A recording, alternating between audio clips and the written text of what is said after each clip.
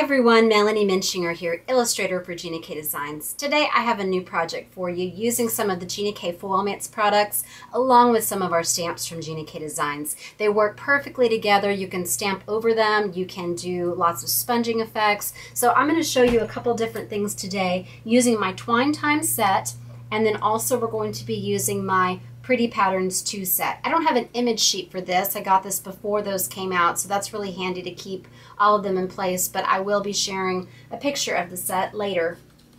So the project that we're making today is this beautiful thank you card using one of the dotted patterns in the toner prints from the Polka Party set. So pretty and so much empty space for you to do some stamping, so that's why I chose it, in addition to loving polka dots. So in addition to these two stamp sets, you're also going to need some kind of Foil-Mate pattern. So these are printed with toner.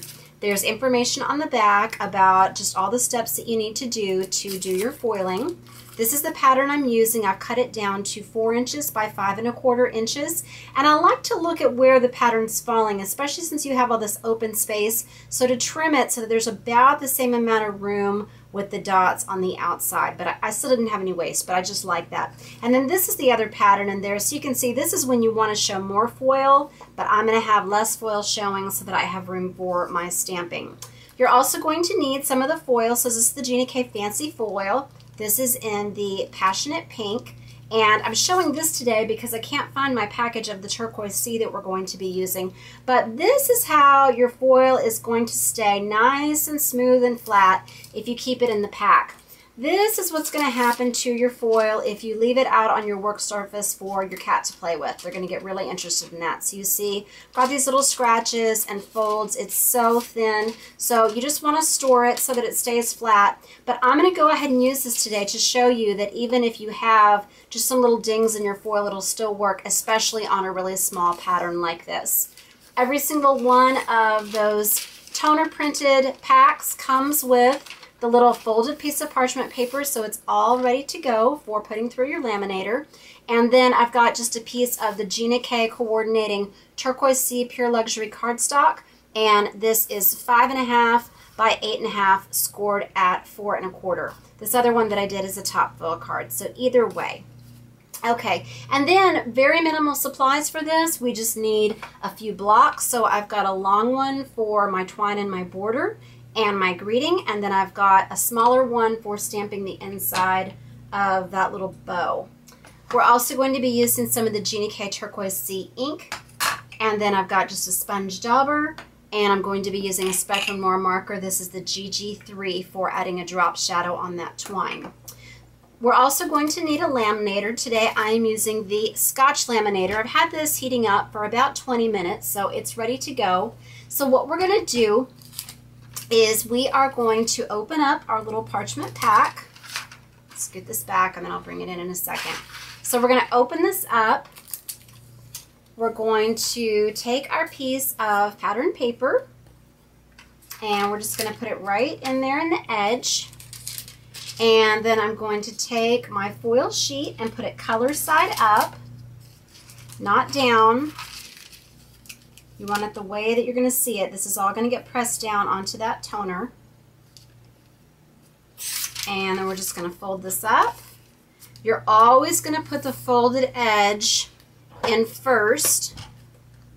So that's your leading edge. And it tells you this on the back of the pack. So I'm just going to feed this right in. This particular machine has it set to 5 millimeters. And that is also listed on Gina K's site. ThermoWeb tested all kinds of different laminators so that you know what kind of settings you need for the thickness of what you're doing in your project and how many layers. And I'm excited to show you also what it's going to look like when you use the negative version of this. Alright, so I'm going to open this up. You can see how it's sticking to all those little dots there. So I'm just going to pull this away. And you know, you could also use, if you don't have silver foil, you could also use the back side of this if you want. But this would be really fun for putting on another project or making some smaller die cuts with. So I'm going to save this. I'm going to put this right over here. But so here's my foil. So you can see all those dots and you can't even tell that I had those little scratches and folds in the foil. All right, let's go ahead and stamp out our greeting and other elements. So first I want to do my thanks. You can also do happy birthday or miss you, for you. A lot of different options here. So I'm using the Gina K long block. I love this grid line block with all its little measurements. And these big scripty words are so popular right now. So it's really fun in the twine. I'm anxious to see what these are going to look like foiled. I had some of the deco paste on order, so I got that just right after I had made this card for the video. So I'm just going to peek over, and you can look and see through where your dots are going to be, but it's okay if some of those dots show through. Wait a minute. Hang on, I just noticed my card. I think I did it in black. Oh well, I'm going to go ahead and do it in turquoise because I don't have my black pad out. So this will be different. You can tell me at the end which one you like better. All right, so I'm going to put the thanks just right up here. Okay. And then I want to do the little bow, the tied bow. So this is open in the middle, and that's because I have all of these different shaped buttons or a coiled twine piece that you can put in there. So I'm just going to put this right here, and that is going to leave me space for putting in my button or my coiled piece. So I chose a place that doesn't have the dot. Okay, so put that right there in the middle. And then I'm going to take this long piece and I'm going to go to either side.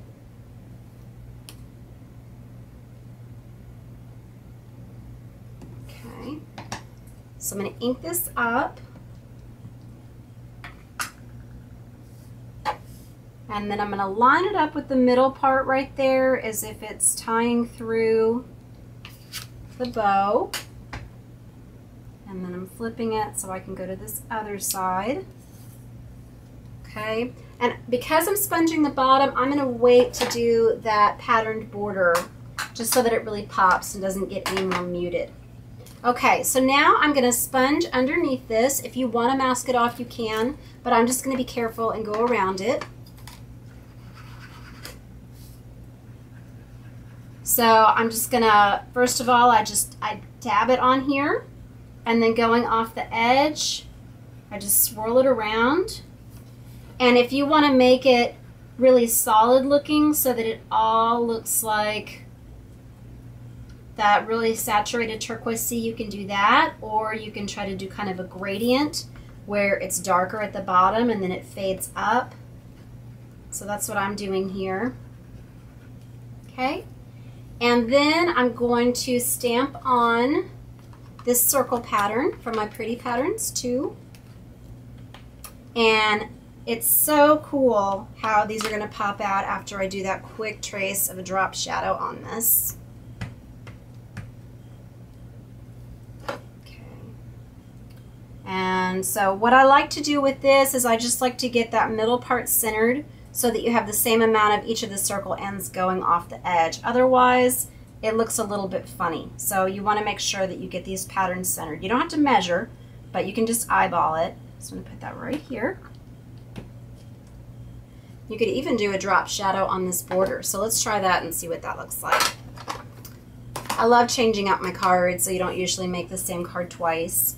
Okay, so what I'm going to do here is I've got my gray marker, and you could also do this with a pencil. And see, this gray really pops when you're doing it with the turquoise sea instead of the black. So if you want less contrast, you just use a pencil or a lighter gray marker. But I'm loving that. It's just looking all the more dimensional. And so I'm putting it on the underside of each of these loops. And then I'm just going to go right underneath all the letters in this script. It was so fun drawing these words. My best handwriting. And then I'm going to put just a little bit in here inside these loops.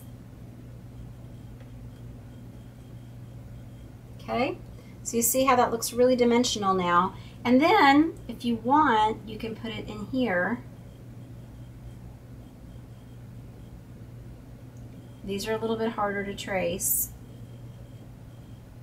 So if you don't want to bother with that, then just leave out this step.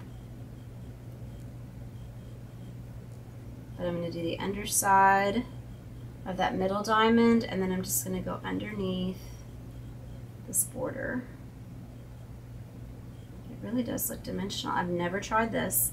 What I have done before is I have stamped off where you can shift it slightly down, and then you'll get a little reveal there. I like that. And I like how it's more subtle with the gray, and then you can see these dots, the shimmer on there. So we're just going to take our cardstock and fold this, and I'm just going to grab a little tape runner here.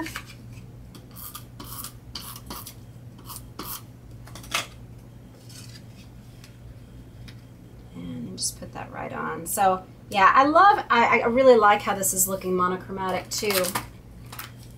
Okay, so you can see here is the one with the black that I showed originally, and then here is the one with just the turquoise sea. Gosh, I really think I like this one better, and that's what y'all usually pick in the video. You like to see the one that I demonstrated.